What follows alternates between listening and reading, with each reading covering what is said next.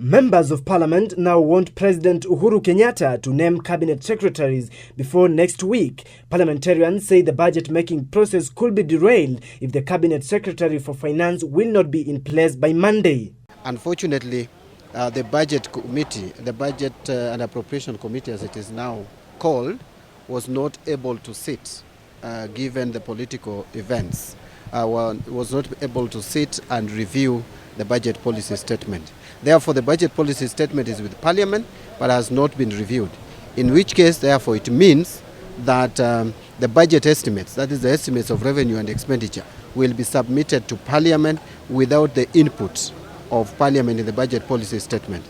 The executive is supposed to submit the budget policy to Parliament by 30th of April. If 30th of April reaches without the cabinet secretary for finance, then we would be in trouble. So far, the president has not constituted the cabinet. The constitution states that the names of the nominees must be presented to Parliament for vetting. This process could eat into the time of the April 30th deadline. This ties the president's hands to ensure he presents undisputable names to Parliament.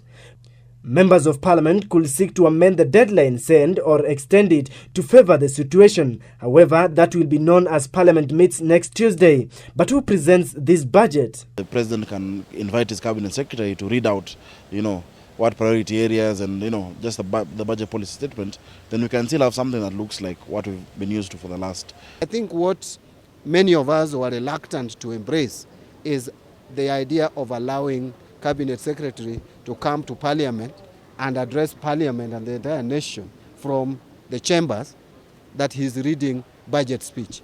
I think it is an old habit that is not recognized in our law at the moment. The government will now have to use its strength of numbers in the House to ensure names of nominees are approved to immediately start the budget process. For GSO at 7, I'm Stephen Letoo.